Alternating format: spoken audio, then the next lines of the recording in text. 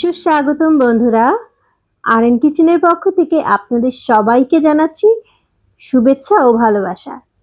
আজকে আমি আপনাদের জন্য নিয়ে এসেছি দারুণ মজাদার ইলিশ মাছের পাতুরি।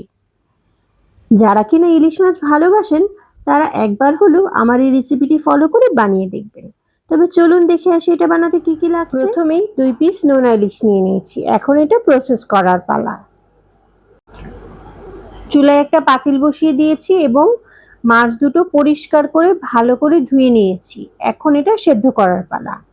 আপনারা যদি ইলিশ মাছ না খেতে চান সেক্ষেত্রে চ্যাপা শুটকি দিয়েও এই পাতুরিটা বানিয়ে ফেলতে পারেন। প্রায় 10 মিনিট হয়ে গিয়েছে, মাছগুলো ভালো করে সেদ্ধ হয়ে গিয়েছে। এখন সেদ্ধ করা শেষ। আমি এখন মাছগুলো উঠিয়ে নিচ্ছি এবং আরেকবার করে ধুয়ে নিচ্ছি। তবে চলুন দেখে আসি কি কি লাগছে। প্রথমে আমি ইলিশ মাছগুলো দেখিয়েছিলাম কিভাবে আমি সেদ্ধ করে নিয়েছি। আমি সেটাকে ভালো করে টুকরো করে কেটে কাটা ছাড়িয়ে নিয়েছি। এখানে আছে 1 কাপের মতো পেঁয়াজ, আধা কাপ রসুন কুচি, 1 টেবিল চামচের কাছাকাছি মরিচের পেস্ট, আপনারা চাইলে গুঁড়াও নিতে পারেন, স্বাদ মতো লবণ, এখানে আছে হলুদের পেস্ট, এটা আপনারা চাইলে হলুদ গুঁড়ো ব্যবহার করতে পারেন। এখন চুলায় একটা প্যান বসিয়ে নিয়েছি, তার মধ্যে দিয়ে দিচ্ছি 1.5 টেবিল চামচের মতো সরিষার তেল।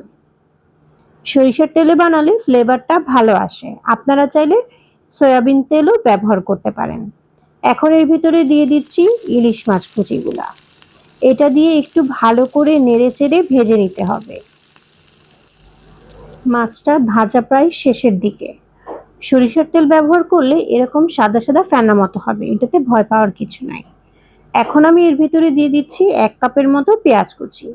এটা দিয়ে ভালো করে নেড়েচেড়ে পেঁয়াজটা নরম করে নিতে হবে, যতক্ষণ পর্যন্ত পেঁয়াজটা ভালো করে সেদ্ধ না হয়ে যায়। পেঁয়াজটা মোটামুটি নরম হয়ে এসেছে। এখন দিয়ে দিচ্ছি আধা কাপ পরিমাণের রসুন কুচি। রসুনটাও দিয়ে ভালো করে লাল লাল করে ভেজে নিতে হবে। ভাজা হয়ে গিয়েছে। এখন দিয়ে দিচ্ছি মরিচ বাটা, হলুদ বাটা এবং লবণ। আপনারা চাইলে সবকিছুই গুঁড়া ব্যবহার করতে পারেন। আমি টেস্টটা ভালো আসে এর জন্য বাটা মরিচ এবং বাটা হলুদ ব্যবহার করছি। দিয়ে ভালো করে মশলাটা কষিয়ে নিতে হবে। অল্প একটু পানি দিয়ে ভালো করে মশলাটা কষিয়ে নিয়েছি, প্রায় 6 থেকে 7 মিনিটের মতো। এখন উপরে তেল ভেসে উঠেছে, তার মানে এটা তৈরি। ইলিশ মাছের পাতুরির যে পুরটা সেটা তৈরি হয়ে গিয়েছে। এখন আমি একটা সাইডে এটা ঠান্ডা করতে দিব এবং চলে যাব দ্বিতীয় ধাপ। চুলা থেকে নামিয়ে ঠান্ডা করে নিয়েছি। এখন আমি লাউ পাতাগুলোকে ভালো করে ধুয়ে পরিষ্কার করে নিয়েছি।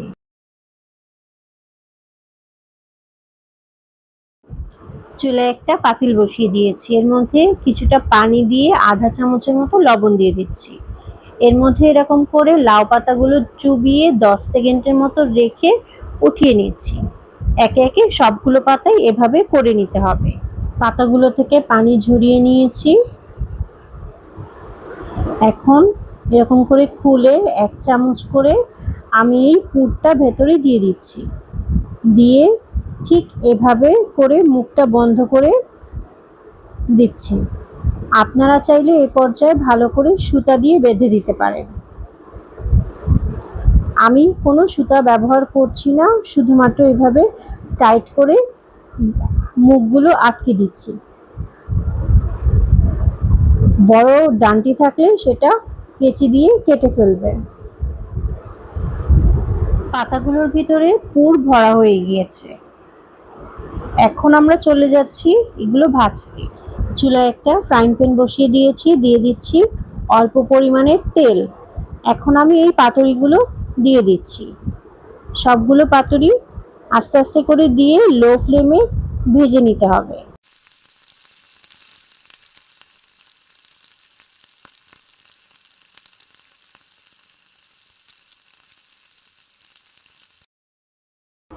এক পাশ ভাজা হয়ে গিয়েছে। এখন আমি সবগুলো পাতুরি আবার উল্টে দিচ্ছি।